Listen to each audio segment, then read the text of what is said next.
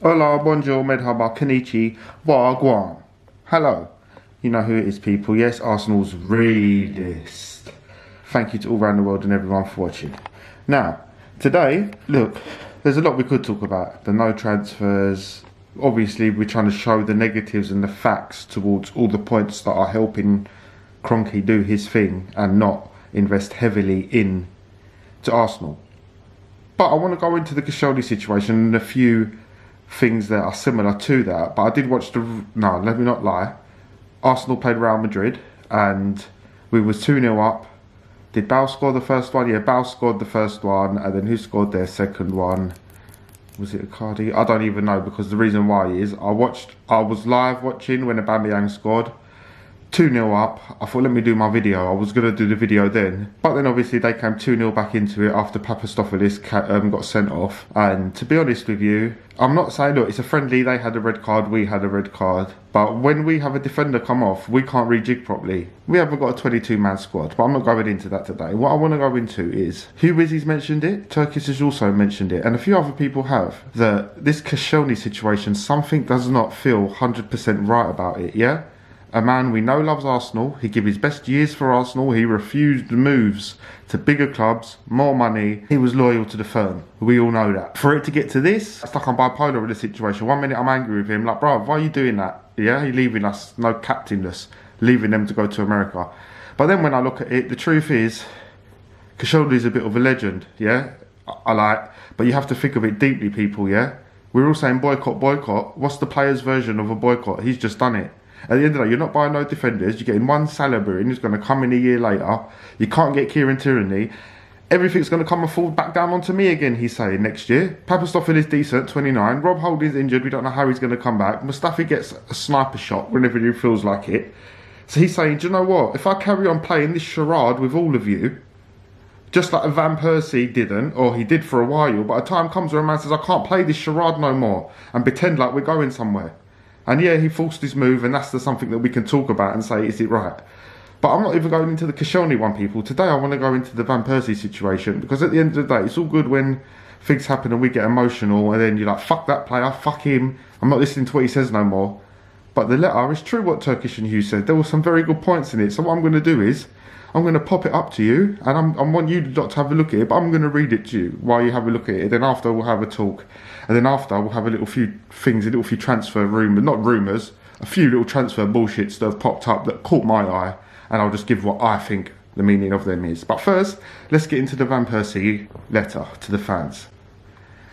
Okay, this is the Van Persie letter then. This is an update to the fans about my current situation.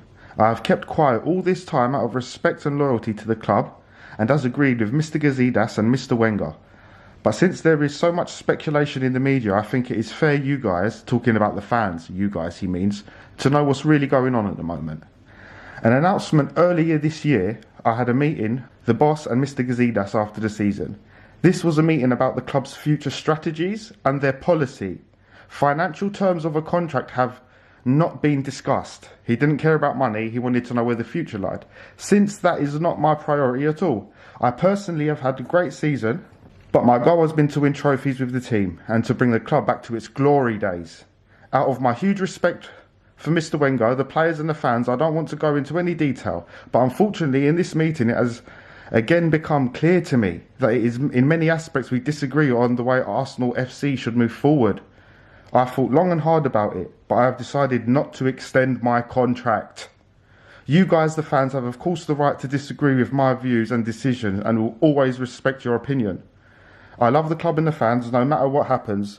I have grown up and become a man during my time with Arsenal FC. Everybody at the club and the fans have always supported me over the years, and I've always given my all and more, on and off the pitch. I'm very proud of being part of a fantastic club in the 8 years. As soon as Mr. Gazidis is back off his 2-week holiday in America, further meetings will follow and I will update you and when there's any more developments. You see what I'm saying, people? So now when I look back at that with no emotions, what do I hear? Apart from the subliminal dig at Gazidis is on holiday, spending all the dough while Van Persie's trying to decide what's going on, that little bit of dough could help us. He went into a meeting. It wasn't about dough, which we know it wasn't. He stuck by us through years of shit. Nothing, yeah? He went in a room. What did Wenger and Gazidis say, yeah? The guys who are filtering down the message from above, which is exactly what's going on with Emery now. Van Persie said, look, I want some people behind me and some defenders. I want some people. I want some players in it, not just rumours. Draxler's, Roos, whoever they are, get them in there. They said, we can't do that. We got a big plan for 2-3 years' time. It still hasn't happened, by the way. He said, you know what? I need to go because my time's up. And he made the right decision. Because if he stayed, not to go Man U, I'm saying, but to leave. Because if he stayed, he wouldn't have won nothing, would he? You can't be in the Premier League scoring all them goals and volleys and not get a Premier League title. So we need to look more into this Koscielny thing, people. Look, at the end of the day, this is a player's version of a boycott these days, yeah? Just going against the regime. I'm telling you right now, Koscielny agrees with me. I bet you he knows what's going on. How can you get Saliba and piss him off for 2 years, a year on loan, and we need him now? Now we're going in for whoever it is, this celery bread on loan. Arsenal, this is a fact what I'm about to say, yeah? Well, it's 99%, I reckon. 90. It's not a fact, but it's 90% true, 95. Arsenal don't go for the players who they want and need. Arsenal go for people who are available and convenient. And that's the truth, yeah? Because that's it. That's just what happens. Van Persie said a lot of things in that statement, people. We was angry. Go back and read it. I've just read it all to you, yeah? I don't need to start breaking it down sentence by sentence because the truth is, the proof was right there in the pudding, yeah? He went in the room. He asked what was going on. He felt a need to release this statement. I wish, at one point, he says, out of respect to the fans, he don't want to go into it too much. Van Persie, please, brother, I beg you release another statement. Don't drop no names. We don't need no names here. We know who they are. Tell us what's really going on, man. There's no overall plan, yeah? But anyway, I can't wait for Wenger to drop one. Wenger needs to talk soon. But he won't. He won't. I know he won't. And if he doesn't do it listen, if we never get a statement out of Wenger, I will lose respect for him. I will lose respect that I have for him. He needs to say what happened.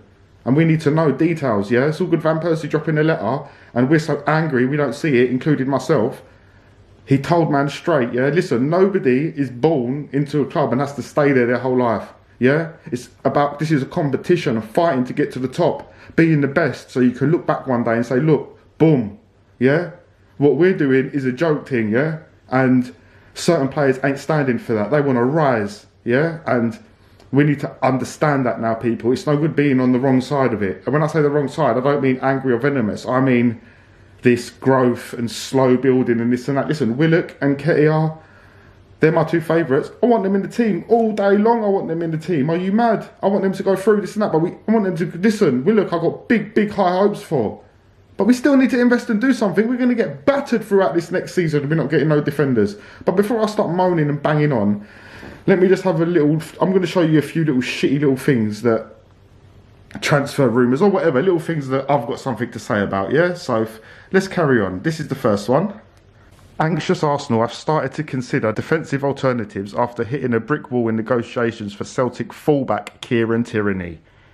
Talks with Celtic over Tierney have been dragging on for nearly 2 months, and the lack of progress being made in the decisions have prompted Arsenal to start making contingency plans in the case they can't clinch Tierney. So we're already thinking about other options. They have already had 2 bids rejected by the Scottish champions and are struggling to meet Celtic's valuation. They have made an improved offer which would potentially see them paying 25 million for Tierney, but would depend on a number of bonus clauses such as Champions League's qualifications being met. And Celtic have made it clear that they will not sell unless the full 25 million fee is guaranteed. Boom! Everyone's like, Tierney's in the bag. DT's dropping videos like, we got him, this and that, because Kroenke told him he's going to get him. Nothing's in the bag when you're taking the piss, yeah? I think this is on the Mirror or the Sun. Oh, sorry, next time I ever do these, I will tell you where the links were. I cropped it before I did it, and now it's too late. It's the Mirror or the Sun. And I'm not saying that they're reliable, but what you're going to talk about, bruv, you've got to pick a few that caught my eye, and this is the shit that catches my eye at the end of the day, yeah? This is the general feeling, whether it's real or not. This is the feeling of the fans, and the media will feed off of it, yeah? Just like they do with Madrid and Barca. They never put them in stress, they always link them to the good players, because that's the feeling and the fans and the vibe. They'll feed off of it, and this is our vibe. No money, nothing. Even the commentators in the Madrid and Arsenal game last night, they were saying, listen, 45 million, how the hell have Arsenal only got that? They're going to be overtaken by the top 6 if they're not lucky. Lacazette and Aubameyang's their only chance. It's a dreary state, and they don't understand why there's 45 million there. Commentators, you know, but DT and Lee understand, but they don't. But fucking So yeah, so Koscielny's not wrapped up. It's still going on, and we are looking at possibly other alternatives just in case. But it's far from being wrapped up when it's Arsenal. Trust me. Next one that caught my eye. Jens Lehmann insists Arsenal would be able to find a suitable replacement for Pierre-Emerick Aubameyang if the striker completed a shock move to Manchester United this summer. The Gambian international Aubameyang has scored 41 goals in 65 appearances for Arsenal since signing for Borussia Dortmund in January 2018. Despite emerging as a key player for Arsenal boss Unai Emery, the 30-year-old has been linked with a summer move with a number of Chinese clubs said to be interested in the deal. Manchester United has also been raised as a potential destination for Aubameyang as Ole Gunnar Solskjaer searches for reinforcements ahead of his full season in charge of the Red Devils. Boom! Now, what I want to say about that, the reason why I showed that is because I don't like it, yeah? I like Lehmann, he was the man, this and that, got sent off in the fucking final. But what I'm saying is this. Listen, we will never recover if we sell Aubameyang now to United, yeah? Because they'll go and get the goals out of him, defend and actually get something out of it.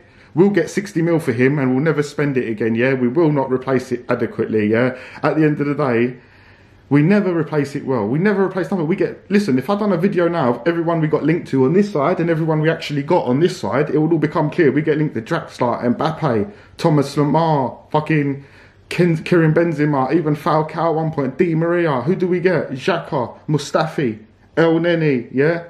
Kallstrom. So it's clear to see. So there's no getting rid of Aubameyang because we will not. If it was a normal club now, maybe what you're saying is true. Sell Aubameyang for 60, get Pepe in. It maybe would make sense. But we're not a normal club. We sell him, then Stan Kroenke gets another ranch. Do you see what I'm saying? So we need to get this normal. We're not a normal club. So we need to stop thinking normal. We cannot sell Aubameyang. We can't do it, people, because where's the money going to go? Do you know what I'm saying? That's why. So I'm not going to bang on about that one. But Lehmann, I don't like that. But let's carry on. Unai Emery has confirmed that Arsenal are set to complete the signing of Real Madrid midfielder Dani Ceballos on a one-year loan deal. You know, I call him Danny Celery, but yeah, Ceballos, whatever. The 22-year-old Spanish international is due to travel to London for a medical today. That's Tuesday, after Real boss Zinedine Zidane gave the green light to the move. Emery confirmed we were speaking about the possibility of signing one player on loan. We had different names, but Ceballos is the very good player. I know him from Betis at the beginning of Real Madrid. He played very well in the under-21s. His national team won the competition. He is an 8 out of 10 midfield player. Boom. So, what does this tell me? It tells me one player, Saliba, that's not coming for a year, then we're going to get him. It tells me one player on loan. It tells me Denis Suarez on loan. It actually tells me that Arsenal don't choose the players they want. Arsenal don't look. Arsenal don't do nothing. We get what's available, yeah? Because Ola turned out good, he was nothing. Thierry turned out good, he was nothing. To a certain extent, Alexis Sanchez was warming the bench. No one knew who he was until we got him. We don't buy no brand names, yeah? We do not buy no brand names at all. Ozil was the one, and he was a flop. Everybody knew he was on the downhill, yeah? He needs to turn up this season. But the whole point is about that little statement and this...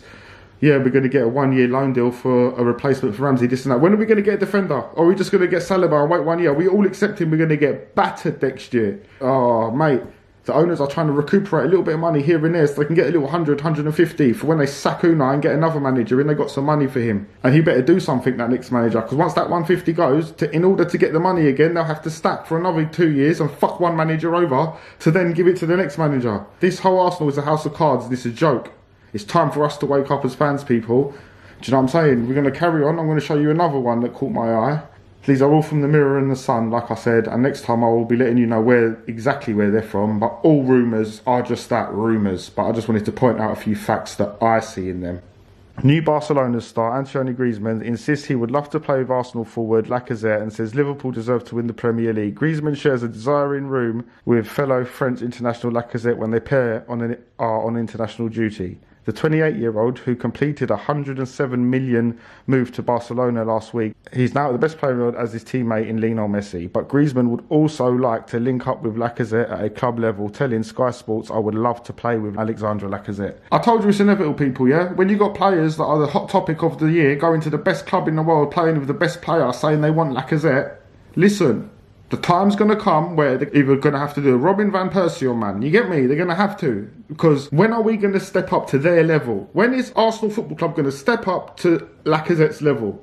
To Aubameyang's level? When? It's not going to, is it? It's not going to. So they're going to have to move on. People like Griezmann are calling them out already, saying Liverpool need to win the league. Yeah? So it's like saying, I like you, Lacazette. You're sick. You're a great footballer. But Arsenal ain't going to win shit. You're the best there. I don't want no one else in the league. I want you to play with. But your team's shit. You're not going to win nothing. Liverpool will. So come here. You see what I'm saying?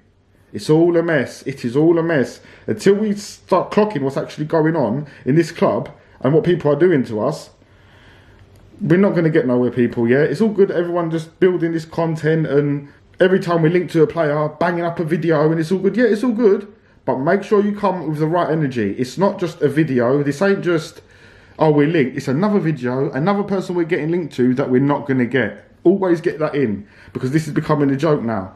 One sign is not enough. Even if we had Saliba right now, bang him in the back. Tyranny right now, bang him on the left. Do you think anything's going to change? 2 people. All it takes is for one player to get injured, plus another, say Holding gets injured. We're a very short squad, yeah? And they're trying to sweeten us with all these attacking players, yeah? Because you can get these players and maybe they might be worth something.